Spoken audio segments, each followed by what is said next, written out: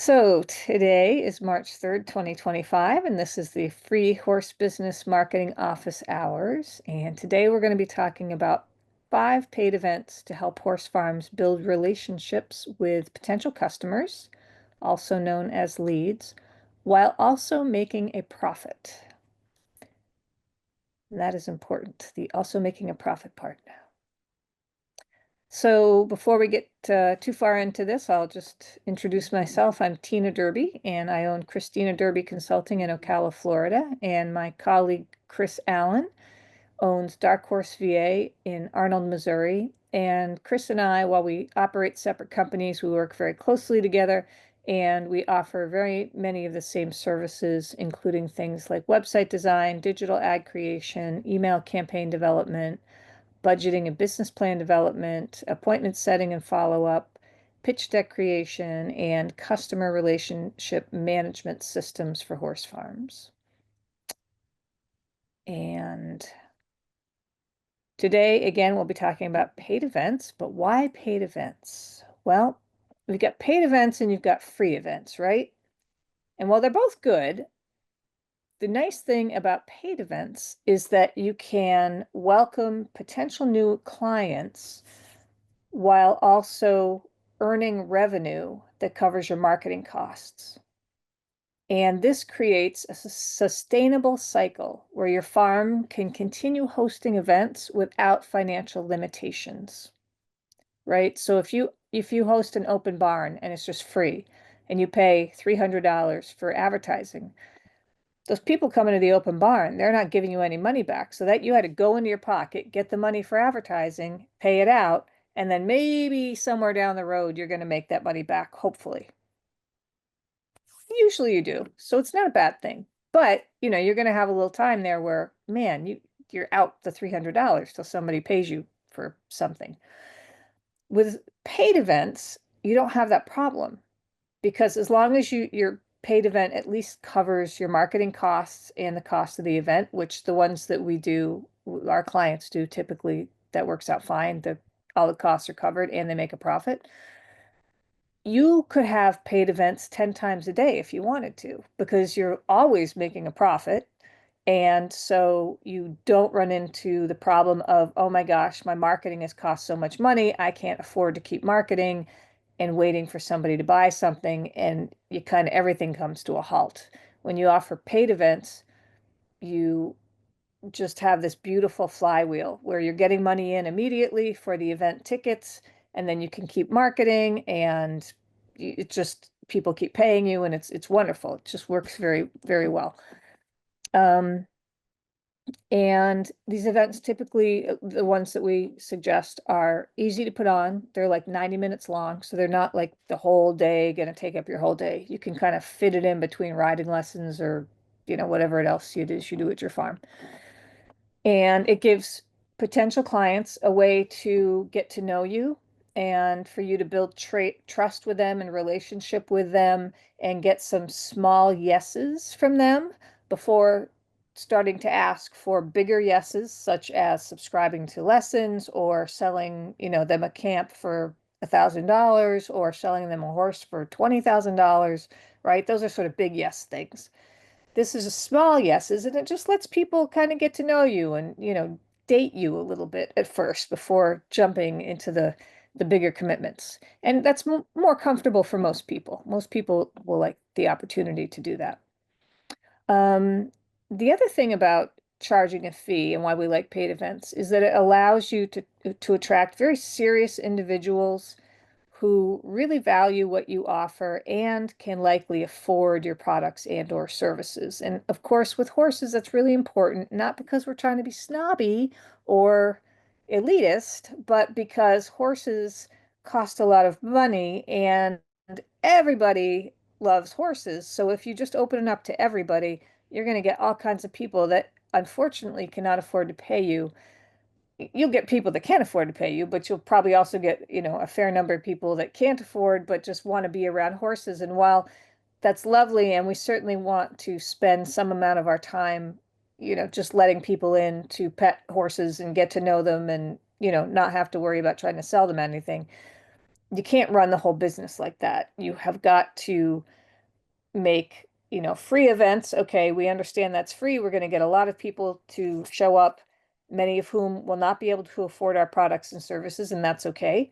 But we also need to have events where we're making money, where we have qualified leads that we know can afford what we're selling. And so we can really take the time to build the relationships and trust with them so that hopefully they turn into customers.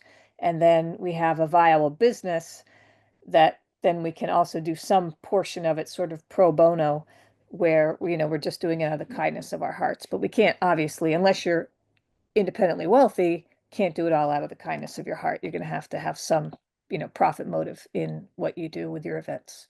So those are sort of the big reasons that we really like paid events rather than free events. So when you're hosting paid events, you do also want to be sure to showcase your horses, your facility, your expertise, and your kindness slash generosity. And a lot of times people might have a brother that's has an MBA, and he's a finance guy, and he's a very serious business guy. And, I always say that, kindness is a competitive advantage. And he kind of, looks at me like, you don't know what you're talking about. But I'm like, in this case, I think I do, Steve, because over the years, I've just naturally tend to be somebody that's generous, and I like to give people things and educate people, and here, take this book, take this magazine, whatever, right? And I've noticed people really appreciate that, and they thank me for it. And I don't it's things I don't think about, like here's a old horse magazine that I had, right? That I'm like, whatever, you can have it. That's fine. I didn't think it was a big deal, but to a lot of people, that's a very big deal. It's very powerful. So something like that you may not think of as being that big of a gesture, really actually can be. So, it's important to, I think, make a point of, hopefully you are generous and kind anyhow, but I guess if you're not, you should probably start being that way. And if you are, just be that way more, because people really do appreciate it. And it's a good way to be anyhow, I think. The goal with these events is to create a warm and inviting atmosphere that will naturally build trust and relationships and goodwill with attendees. And I mentioned that in particular because, of course, it's easy when you're putting on an event to get like stressed out, right? Like people get when they're putting on a wedding or something and it's supposed to be fun, and it turns out to like, oh my gosh, it's a headache. So it's I think good to start small with these events and start early. Don't try to like start planning for your event a week or two before. Give yourself like 4 to 6 weeks at least to start planning for your event, so that it's a nice, fun atmosphere for everybody, you included, because you're not going to bring your best self if you're stressed out and like, tense. And just make it lovely, wonderful experience for everybody, including yourself. And it should go over really well. Our clients around the country do events like these all the time. And, usually they're just tremendously successful. And everybody has a great time, and they get new clients out of it. So 5 simple yet effective paid events. So I'll go quickly through 5 events that we've found work very well. So first off is our famous sip and ride events, which, boy, if there's one event you want to try, as long as you're okay with drinking wine, and you don't have to drink the wine yourself, but people love sip and rides. It is just about the easiest thing I've ever sold. These like sell out all the time.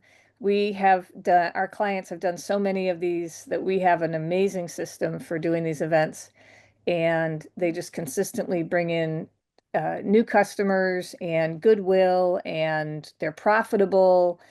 You'll make probably, it depends on how you set up the event, and if you need help with it, reach out, and we'll help you kind of show you how to put these on. But you could make probably $300 to $400 in a few hours doing this kind of event. So it's nice money. Plus, then hopefully if you do it right and you build the relationships, you will actually get long-term customers, riding lesson customers, horse lease customers, and horse buying customers. So this can be tremendously profitable. Let's see. So basically what a sip and ride does is that it is includes a 15-minute mini riding lesson, complimentary or bring your own wine with light refreshments and or charcuterie. And you want to be very sure to offer a very social atmosphere for meeting new people. A lot of our folks will do a trivia game with prizes, which encourages the attendees to interact with each other. You don't have to do that. Some of our people do, some don't. But I like that because it really people love. It's like watching Jeopardy, right? Everyone loves doing it because it's fun to, guess the right answer. And it encourages people to interact, and you really want to lean in to on any of these events, the social aspect of it, because people want to do horse things, but they also most people want to meet new people, make more friends, enjoy the social aspect, and things like trivia games where it sort of makes people interact with each other is a great way to do that and sort of facilitates that. These are wonderful for adults who are interested in riding. Of course, we don't have kids at these, but 21 and over. Great for socializing, really speaks to the epidemic of loneliness that is being experienced by a lot of people in our country right now, which you may or may not have known that that was even a thing. I didn't know it was a thing till I was doing research one day, and then I'm like, oh my gosh, this is a whole epidemic of people that are lonely. So this really speaks to that, and it, I think is part of why it's just been so incredibly well received. No matter where we've done this, we've done it from literally Honolulu, Hawaii um, to Charlottesville, Virginia, and just people love these events. Why it works, it's a low pressure way for new people to come and experience horseback riding, to get to know your staff and facility and your horses, to understand how you train and teach. Encourages, of course, a social engagement and word of mouth referrals. A lot of people will come, not just one person, but usually it's two or more people will come at a time. Sometimes you get, four or five in a whole group that will come together. And it helps you convert casual attendees into regular riding lesson clients, and it also people, clients that might buy horses or lease horses. So it can be very profitable. The second one is ice cream socials. This is very similar to the sip and ride. It's sort of the non-alcohol person's uh, version of the sip and ride, but instead of wine, we have ice cream. Reality is most people like ice cream. And this can be a really fun way. You can either rent an ice cream cart or a ice cream truck. You can get an ice cream truck to come. Most places, if you Google that or whatever, you'll find that you have them in their area. Most areas have those available. Or you can even just get an ice cream freezer for like $200 and then put, nice frozen treats in it. You just go to Sam's Club or whatever and get a bunch of nice, delicious frozen treats, and then you can have somebody who hands those out. They're not expensive, especially when you have people paying to be there, but you also don't want to just like leave the ice cream freezer open, to anybody that wants to open it, because you could get kids there and they could leave it open and they could take out 10 things. So, just have one person that's sort of in charge of the ice cream. Dina, do you remember when you said, or somebody brought up that if you have a ticket, like everybody gets a ticket, so that's a free ice cream. And then if you want more, then you can buy it. Yes. Yeah. So it depends. So, and that I think goes back to the way that you do the pricing. Like if you do 39, well, you have to, here's the thing. And that, guys, I love spreadsheets, right? So I would, depending on how you could do it so that it's just all complimentary. Well, complimentary because they paid for it up front, right? You could have a higher ticket price and be like, because how many ice creams is one person really going to eat, right? I mean, they're not going to come there and eat 10 ice creams. They're probably going to eat one, maybe two tops. So, um, you could do it that way, or you could have a lower price and then you could say, okay, everybody gets one and then they can purchase other ones. It's really up to you, whatever's comfortable for your place, how you want to do it. Um, Certainly a 15-minute mini riding lesson I think is great. That's what we do with the sip and rides, super successful, and ice cream social, same thing. Makes it so easy to sell lessons and stuff if if you're a lesson barn, because once you get the kids or even the adults, get the adults on the horses, and it sells itself. You don't have to sell anything. I also like the idea of doing, if it's summertime or whatever, a paint the horse session, because people love the idea of, getting their, uh, what is that, finger painting, right? Get out there with the paints. And again, that's adults and kids. Everybody loves that. That's just fun. Painting a horse is great. This is great for families, kids, and horse lovers of all ages. You can attract adults who might be interested in lessons, as well as obviously families. And it's a low pressure way to familiarize potential clients with your farm and your horses and your staff and start building that relationship with them. So, the next one is scavenger hunts. So this is a little bit like Easter egg hunt, where you what you basically do is and there's different ways you can do a scavenger hunt, especially depending on your prizes. If you have small prizes, you can actually put them out where you can put them around your farm and then have people go and find them. Or if you have bigger prizes, such as, let's say, baseball caps or backpacks or whatever, you could still put those probably around your farm. But you also might have like little eggs, and then inside the egg would be, okay, this is, a little written out ticket of what their prize is, and then they can go get their prize at the prize table. So up to you how you do it. But anyhow, the idea is that they have clues that they have to go figure out where the stuff is, and then they go find, go do the little hunt and find the prizes. And for this, I would charge around $49 per child, 29 per adult. The kids are obviously going to be the ones that are doing the hunting and whatnot. But everybody, you want to be sure that and this is why it's so expensive, is because all the kids need to get it's not a free riding lesson. They're really paying for it, but they all get a ticket for a horseback riding lesson, for a mini horseback riding lesson, 30-minute one. I mean, maybe 30 minutes, it's up to you, but that's what I would probably do for that price point. But they have to come back for that riding lesson. And what's nice about that is it gets them to come back. So you have another opportunity to build more relationship and trust with them and have some one-on-one time with them. Because when you have a lot of people at the farm, it's great, but you also want to have one-on-one time with people. So that's why we really want them to be able to come back and have the lesson on another day so you can talk to them individually. And obviously, this is great for families with younger kids. Could you get adults to do this? I don't know. I'm not sure. You certainly could. Kids will love it.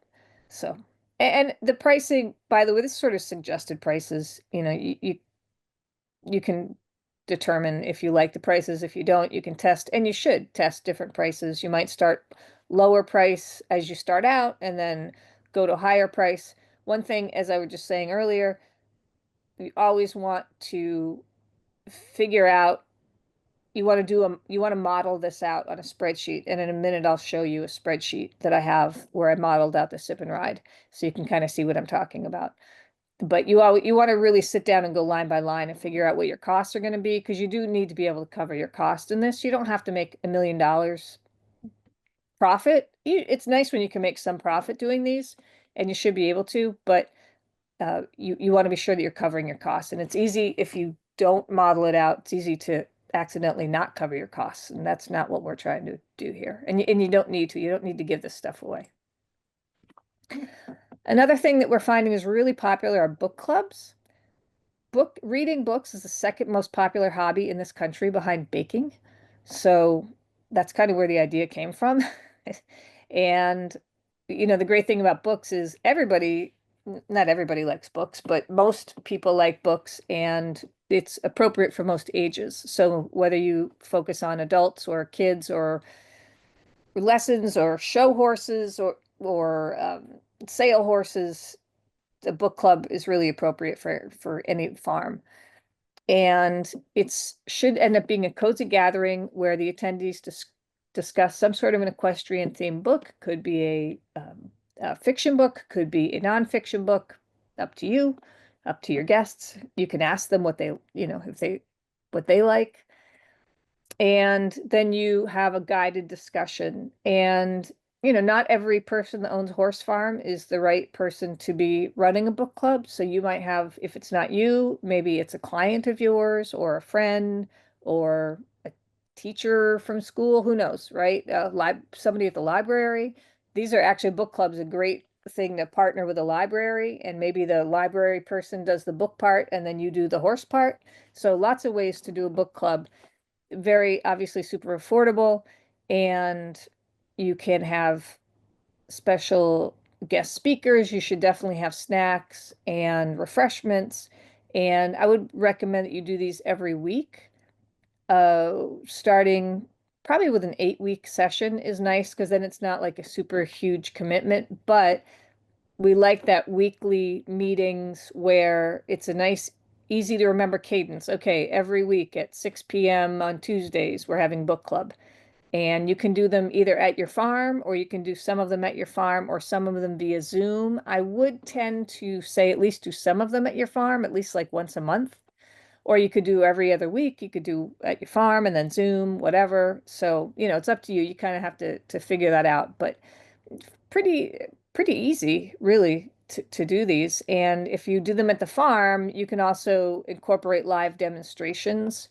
So if it's a book about horse care, it could be, maybe wrapping legs or conformation or whatever it is, right? You don't know. It could be the Pony Club manual. You could do all the Pony Club stuff.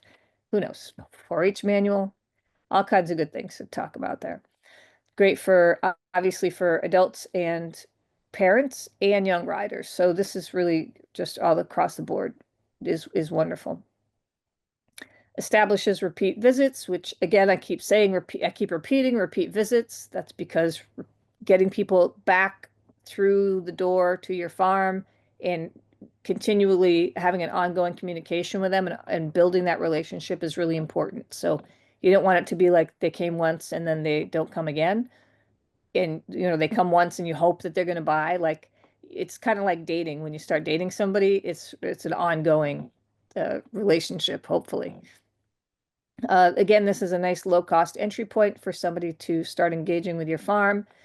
And this, like all the other ones, actually allow you to get paid while you go through the process of building trust with your leads. So instead of you hoping eventually maybe they'll pay you for something, while taking up a lot of time and whatnot while you're building the relationship, you're actually getting paid to build the relationship. And so number 5 on the list is trivia games. Again, everybody loves Jeopardy. Not everybody, I know, but most people love Jeopardy. Most people love trivia. It is fun. You can have this for any age, any, discipline, any breed, anything, right? It's important that people, when they come to this, that they have an idea of what the trivia is going to be about. And therefore, you will notice that I recommend that you send out a study guide email a week beforehand.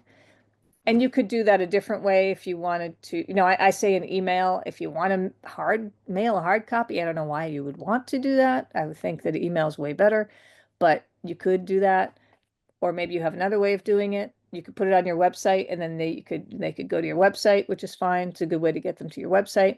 Anyhow, you want to give them an idea of what's going to be covered so that they don't come in totally cold and then they don't know any of the answers and they're unhappy, right? You want to give them a chance to sort of study up on it and then come in and do well and win. You want to be sure that everybody goes away with a prize.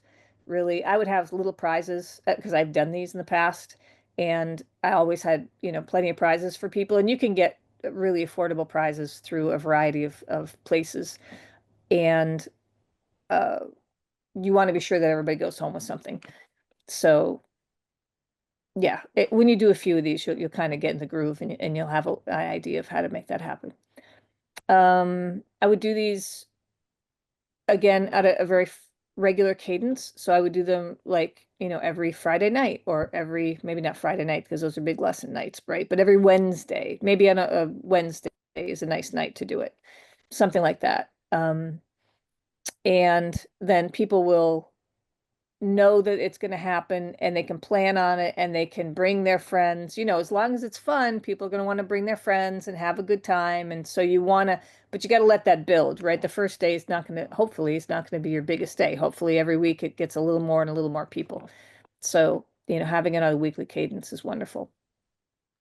And again, why it's great social experience, building connections, allowing people to have social interactions, which is super duper important these days. People really are dying for that. So this is great for that sort of thing. And it encourages repeat attendance and definitely encourages word of mouth referrals. So if you do a good job, people are going to want to bring their friends and come back to these again and again. So in conclusion, paid events, an easy and profitable way to grow your client base. Offering paid events not only creates additional revenue streams, but also provides an enjoyable and easy way for potential clients to experience your farm and its offerings in a relaxed and enjoyable setting. So relaxed and enjoyable. So you got to be sure that you really have thought everything out and planned well because you can't be stressed during these. It has to be, it has to be fun for you and them. By engaging attendees and making them feel welcome, you increase the likelihood of them signing up for lessons, leasing horses, buying horses, or whatever services you offer. And you can choose one or even multiple events. We have uh, some farms that do sip and rides. They do the scavenger hunts. They do, kind of do everything and anything because these things they all work and they build on each other. So you want to do what's fun for you too, though. Again, so if you're like, oh, I hate books, I don't like to read, well, then probably you don't want to do book club. But you know, pick what works for you and test different things too. Some things might go better for you than others, and so you want to test different events and see what works. So that is the presentation. So now we have one-on-one, ask me anything. I'll do my best to answer you questions, ideas, suggestions, etc. So finally, I found my sip and ride model, which can you guys all see you can see my screen because you all didn't know what I was doing because I didn't know what I was doing. Anyhow, so this is what we call a financial model. Some people might call it a forecast. Some people might call it a budget, whatever. But this is the kind of thing that you would want to do when you're going to do any of these sorts of events. You don't want Mhm. to just put on the event and be like, gosh, I hope I'm making money. No, start out, and will help you figure out what you want to charge for pricing, et cetera, et cetera. So basically, here's what we have for the sip and ride. And this is actually based on real sip and ride. So this is a very accurate estimate of what you might make off of sip and ride. And this is for if you had 12 people come to a sip and ride, which we know that's not a problem. You can sell out a sip and ride with 12 people, piece of cake. We should be able to. We pretty much always do. Um, so you've got 12 riders, you've got 3 non-riders. You have so that's $990 in revenue right there. Assume that you're going to sell at least one. We actually find we sell 1.8 lessons off of a sip and ride is sort of the average. If you can sell 2, that's great. If you sell 3, that's even better. But you assume 1.8 sales, so 6750 in revenue from intro lessons. So that gives you total income of just over $1,000 for that one sip and ride, which is a 90-minute event. So, that's pretty good revenue for a 90-minute event. And then you're going to obviously going to have some costs. So you have the cost of the horses. This assumes 3 horses that will be used for doing the lessons. And you have to pay people to help you. Now, actually, a couple places that I have worked with, rather than paying cash, they actually trade riding lessons for helping at the sip and rides, but maybe some cash. So anyhow, we put down $100 for the helpers, and we have $100 for paying somebody to help prepare the farm because you just need to do things like maybe drag the arena and put out the wine and the food, those kinds of things. Go to the store and pick up the food, that sort of stuff. We put down 200 for food, which is probably a little on the high side, but I like to, give a little wiggle room. So we put down 200 for food. The cost for putting everything away, cleaning up after people leave, put down $50 for that. It's not a lot to clean up. It's just some charcuterie and, you know, we usually folks use plastic cups. You could use glass. Well, I know Lisa out in Texas, she uses glass glasses, but it's up to you how you want to, how risky you want to have. Eventually somebody with glass will actually break it, but that's up to you. Anyhow, cost of goods sold is $519. And then that gives you a gross profit of about $538. You do have around $150 in for your advertising. So your operating expenses is 150, and that leaves you with a net profit of just under $400 for the day. So for a 90-minute event, you're making $400. So that's kind of cool.